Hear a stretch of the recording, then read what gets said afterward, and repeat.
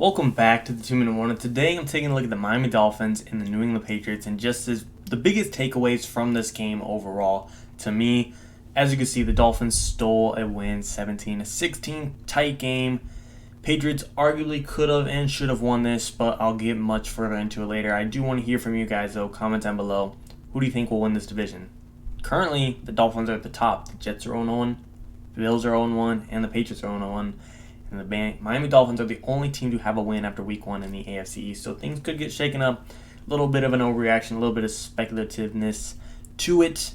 But can the Dolphins win this division? Let me know. I know that, again, that's really speculative and really theorizing, but who doesn't love to just talk some football? So let me know what you think. Looking at this game, though, you could check the box score. As you can see here, Tua Tagovailoa had 202 passing yards, 1 touchdown, 1 interception, and a QBR of 39.9 according to ESPN. And I know it's cut off a little bit here, but Mac Jones had 281 yards, 1 touchdown, 0 interceptions, and his QBR, again, I know it's cut off, but it says it's 75.1.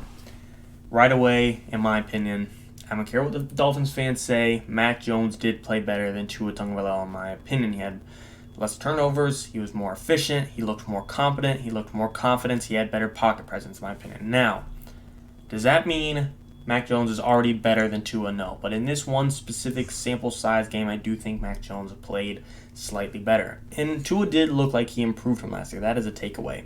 This offense looked like it was much more electric and much better. A lot of slant routes went to Devontae Parker and Jaylen Waddle that were very quick, short routes, and their explosiveness really blew up some plays and allowed some yards after catching and allowed some yards to be gained for this Dolphins team. And that is some smart play calling, some smart schemes by Brian Flores. You could tell he is one of the better coaches that came off of the branch coaching tree and the branch of Bill Belichick and the New England Patriots. So it's cool to see those two kind of in a rivalry. A, they're in the same division, and B, they used to be with each other, face head to head, and Brian Flores actually got the win. Student is passing the teacher, you could say. A couple other takeaways. The run game looked pretty good from both teams. Damian Harris had 100 yards. Myles Gaskin didn't eclipse 50. But from the 9 carries he got, he still averaged 5.4 yards a carry. I thought he looked pretty solid. And even he had some help in the receiving game as well. 5 catches, 27 yards. A couple other takeaways. I did actually think the receiving unit by New England played fairly well. Nelson Aguilar caught some tough balls. Same thing with Jacoby Myers. Jonnu Smith and Hunter Henry looked like they filled the roles they were brought here to do. Bring some explosiveness, bring some reliability to the offense. That's why they are here. This was kind of you could argue a boring game. You know, it wasn't Chiefs-Browns where it was very high scoring. This is what these two offenses were. They're very pinpoint efficient. They're defensive teams, and a lot of people are going to say Dolphins definitely deserve to win this one. They destroyed them, and they're going to the playoffs. The Patriots suck. Miami didn't even have Will Fuller. Yeah, well, New England had the ball, and they were almost going to put this game away, except it came down to a Damian Harris fumble, and I truly believe New England is the better team. I think if he didn't fumble the ball, they win. They were at home, so there was an advantage there. And a lot of Miami fans are going to say, we didn't even have Will Fuller. You had Will Fuller, we're going to destroy him next time, and we'll be at home. Yeah, well, something tells me the Patriots losing Stephon Gilmore, their best defensive player, a top 5 corner in the league, isn't as big of a loss as the Dolphins losing Will Fuller, a guy that we haven't even seen be playing with the Dolphins just yet. Is Will Fuller good? Yes. Is he a good deep threat? Yes. But is he worthy of a top 5 corner like the Patriots didn't have yesterday? Absolutely not. This was a tough game. It was a tight game.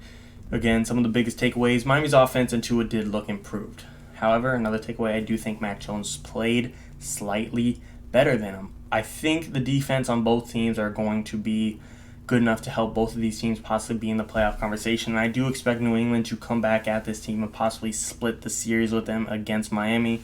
And looking at Miami's schedule, if you think they're going to win the AFC East, these next 6 weeks are kind of tough. You got to play the Bills. And now if you can go up on the Bills and you're on the top of the division at 2-0, and the Bills, who former AFC Championship team, is 0-2, things could be shaken up in that division. But I don't see that happening. Raiders, I think Dolphins are a better team, but don't count on Derek Carr, Josh Jacobs. We saw last time they played the Raiders. It took literal magic for that play to come into fruition, and the Dolphins win that one. I think the Colts have a great O-line, a great defense, and a great run game. That's a questionable one. I don't think they'll beat the Bucks. And Jags and Falcons, they could definitely handle those, but still, none of these games are real easy-peasy cupcakes where the Dolphins are just going to start 6-7-0 They could be, after week 6, looking at week 7, they could be 4-3, and the Bills are 6-1, 5-2, and there goes those odds of winning the division. But again, the biggest takeaways from this game, both sides were very defensive. We saw New England play their way with Bill Belichick. Even though they didn't have Stephon Gilmore, J.C. Jackson still played well, Jonathan Jones, Matt Judon, Dante Hightower, Devin McCourty, Devon Gonshaw, Christian Barmore, all the new guys were in there playing, but it wasn't enough. At the end of the day, as much as I think New England was slightly the better team, Miami won it, and that's what's going in the record books, and every win does count. A team that got bumped out of the playoffs last year at 10-6, this is just such a small sample size, and this is a lot of small data to speculate over, but every win does count when the AFC is going to be very, very tight. I'd say there's probably 6, 7, 8, 9 teams that may be fighting for the 7-team playoff spot, maybe 9, 10 teams. You got to figure the Bills will be in it. Dolphins, Patriots, that's 3 that are arguable playoff teams. Ravens, Browns, that's 5. The Steelers are 6-1. No one really thought they'd beat the Bills. Colts and Titans, someone's got to come out of the division. That's already 8. Denver, Chiefs are already going to make it. And then the Chargers, that's 11 if you consider Denver and the Chargers both to be possible contenders and make a possible run. It's going to be close this year, and every win does count. So kudos to Miami for getting that win and snagging past the Patriots, and Brian Flores being very innovative in helping this offense. And I do think Miami looked better. A couple things I was questionable about. Jacoby Brissett coming in for a couple plays. I get that he's bigger than Tua, and for a QB sneak you want him, but I don't know how New England didn't catch on. Hey, last time we brought in Jacoby Brissett, we QB sneaked. Let's bring him again, and they still didn't stop him, even though they should have known what the play was going to be.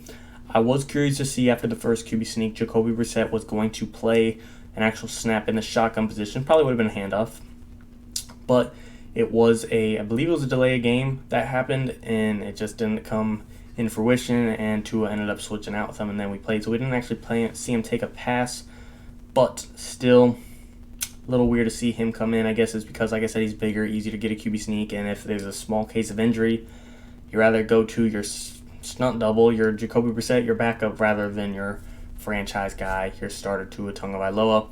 We'll just see how it goes. I don't think Tua absolutely bought out yesterday. I don't think he proved any haters wrong by any means. I'm still slightly doubting him. I don't think he's still this franchise guy. Can he be a quarterback that can win games? Yes, a lot of guys can. Baker can win games. Jared Goff can win games. Jimmy G can win games. But long enough, it might not keep your job. Not saying Baker's going to lose his job, but you see what's happening with Jimmy G and Jared Goff. Winning regular season games isn't enough. We got to see if Miami could get over the hump, make the playoffs, and make a push. I know he's still young. He doesn't have to win a Super Bowl this year, but nothing's been proven wrong by the haters or proven against the haters just yet. But you guys tell me, what do you think? Like I said, referring to the beginning of the video, I want to hear your comments about where this division standings are going to go, where Miami's going to end up. Will they win the AFC East? And any other comments or opinions or just takeaways. I didn't really mention this game. I know I didn't go real in depth, but it's a day later, and I just really wanted to talk football, just go off what's coming off the top of my mind and some general thoughts about this game. But as always, and of course, I truly appreciate it, guys. Thank you.